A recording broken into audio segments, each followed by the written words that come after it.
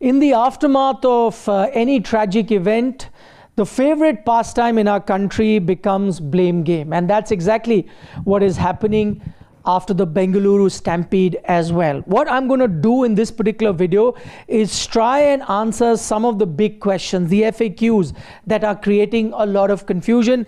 And by answering these questions, maybe try and give you a clearer picture as to what really happened. Because at the end of the day, we may be pointing fingers at the big players, big names, because that's what we tend to do when everyone is baying for blood. But the point is, we need to get to the crux of the matter. We need to get to that point because of which this tragedy unfolded, so that such things don't happen in the future. Because remember, celebrations will happen, teams will win titles, fans will want to catch a glimpse of their favorite players, but these things should not be repeated. What is it that really happened? I'll try and break it down and also try and clear all the misconception that I see on social media with X saying something, Y saying something, and that's why the finger pointing is happening. Okay, let's start with the first question, and that is, many saying you should not have victory parades in India at all because our country cannot handle it, so let's not have victory parade. My only submission to that is,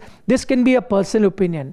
I may not be fans of victory parade, that's all right. But to say not to have victory parade at all is, I think, not feasible, is not right. Victory parades are part and parcel of sport. They're done across the globe, in every country, in majority of sports that I can think of, and every fan deserves that. Yes, I'm sure there were fans in Bengaluru that did not want to participate in the victory parade. They didn't go. The city was functioning normally, but there were 300,000 people that wanted to enjoy the victory parade, see their favorite stars, and celebrate that title after 18 years. And so that's their right. So to say that we should not have victory parade is then, throwing the baby out with the bathwater. That's not what you're supposed to do. You need to tackle the issue that there is and not say we will not have this in the future. That's not the way to look at things.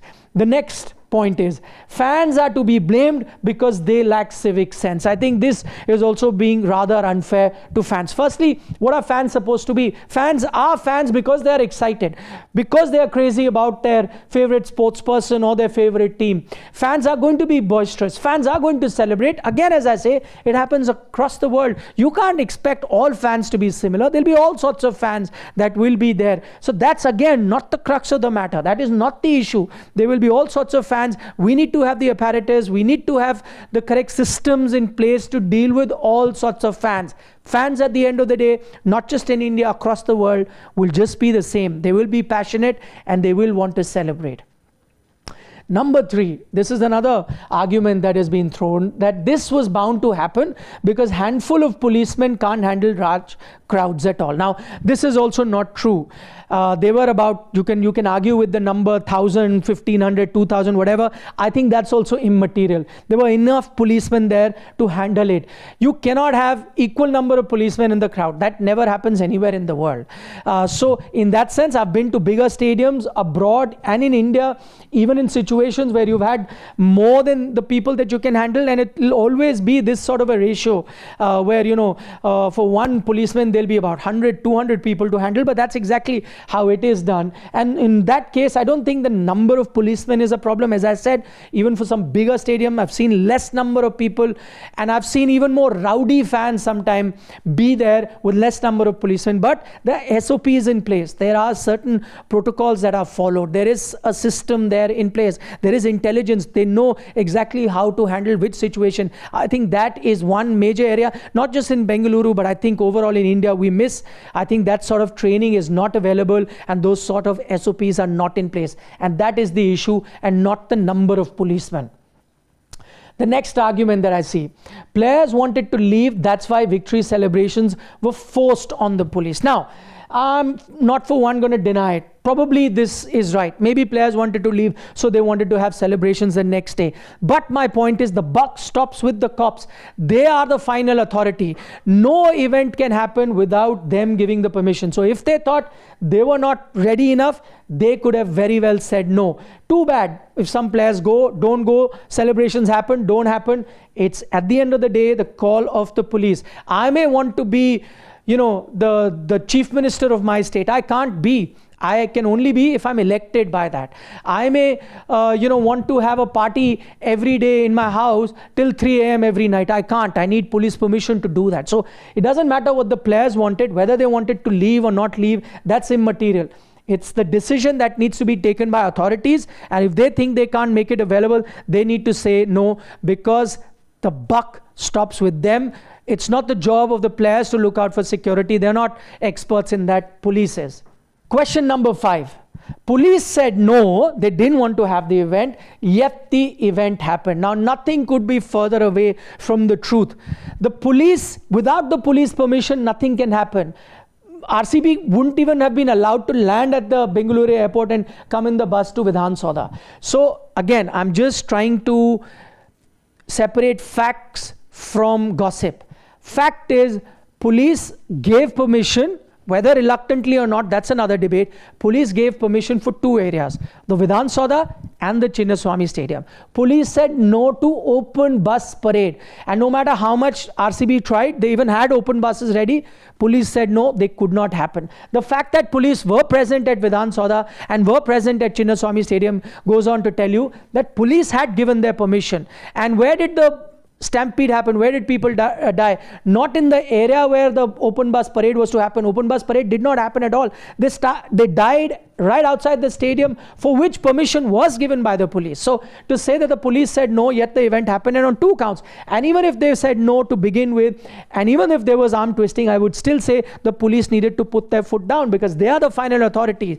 Everyone would want to do and have their celebration. Police have to decide. So again, setting aside facts from fiction, because there are a lot of images that are doing the social media around that police said this is not allowed, RCB said we are doing this, police said at such and such time on their X handle this is not allowed. The fact is, police said no to only the open top bus parade. For that they put posts out, and that is something that did not happen. Police did not say no to Chinnaswamy, neither to Vidhan Sauda, and the stampede happened in front of their eyes, in front of the cops that was standing there, because I was there and I witnessed it.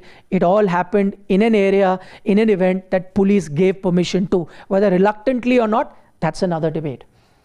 The other big question: were players celebrating knowing fans were killed? And this, again, based on my personal experience.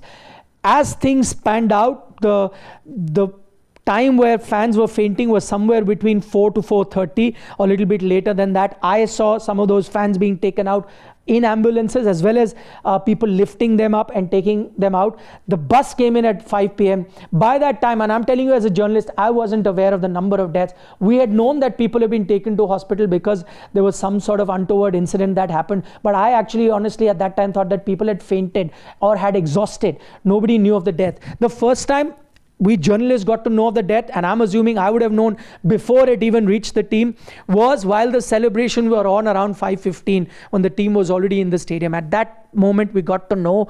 That's why, again, I can confirm, we were told the celebration will be on for 2 hours. It was cut short to only 15 minutes because messages were still coming in. So I don't think the players knew before the celebration started that people had died. So that also is then untrue, where people are saying, and because they're juxtaposing pictures of Virat Kohli smiling at one end and people dying on the other, I don't think that was made known to them. And again, and this is my personal opinion, I don't think there was a single person in that stadium who would have been laughing or celebrating had they known that people had died.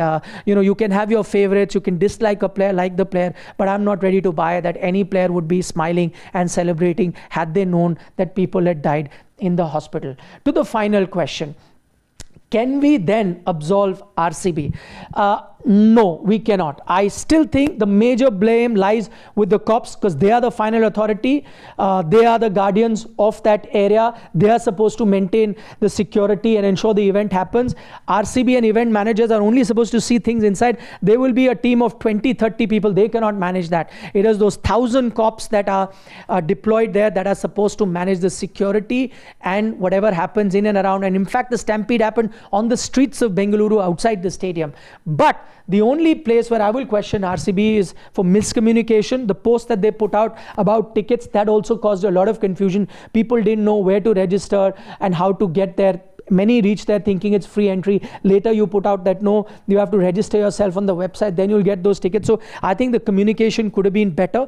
I think that's where you need to fault RCB. I can't fault RCB for wanting to have the event next day because players were leaving. That was up to the cops then to say no. If they can't organize, they'll say no. RCB can keep demanding whatever they want. And the only other thing that I have a problem with the players, I would have liked to have seen some of those players go to the hospital, because remember, the fans, after they got to know, maybe they didn't get to know during the event, as I point out, but after the event was done later in the evening, once you get to know that people have been rushed to hospital, I would have liked to have seen certain players go to the hospital, meet the next of kin of people who've died, meet the ones that are injured or are in serious conditions. That would have gone a long way in restoring their image, because remember, those fans came to cheer them on, to see a glimpse of them, and I think that's the least that the players could have done. And finally, leaving you with this image, and this really pains my heart, that you are having to use lathi against fans. These people are not rioters. Such things are done against rioters or people that are trying to vandalize things, not to fans. These are just cricket fans who've come to catch a glimpse of their favorite cricketer. And this, I think, in that sense, this picture symbolizes what is exactly wrong with our system, because you're treating fans like that. It's a complete failure of the system, the failure of the administration, whether it was the government that wanted photo ops, whether it was the police that gave permission. Even if they were arm twisted, they should have put the foot down, because they are the experts. I think these things need to be worked on. SOPs need to be put in place, because to expect fans not to celebrate and to expect not to have victory celebrations, I don't think is a sign of a civilized country or a civilized society. Do let me know what you think of this entire saga in the comment section. I'd love to hear your views as well, and give us a like if you enjoy our content, and share it with other people that might have view on this event. Thank you so much for watching.